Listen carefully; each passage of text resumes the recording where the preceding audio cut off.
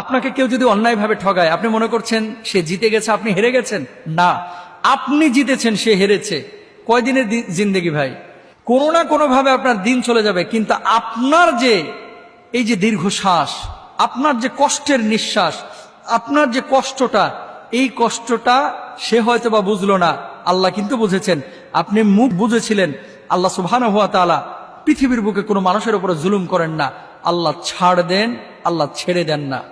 যে ঠগিয়েছে আপনি তার কাছ থেকে দূরে সরে যান, দেখা হলে সালাম দেন, হাসি মুখে কথা বলেন।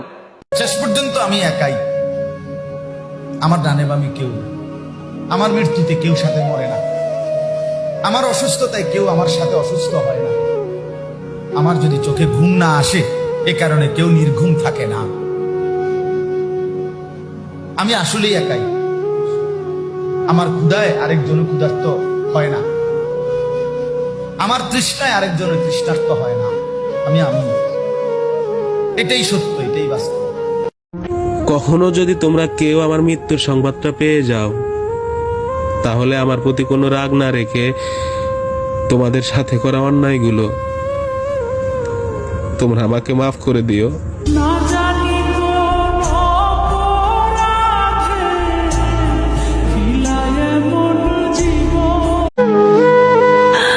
কাফনের কাপড় এক আজব জিনিস, যে বানায় সে বিক্রি করে দেয়, যে কেনে সে ব্যবহার করে না, আর যে ব্যবহার করে সে জানেই না।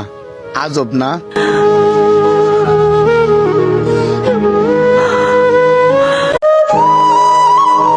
আজ হয়তো আমার সময়টা খারাপ, হয়তো সারাটা জীবন থাকবে না।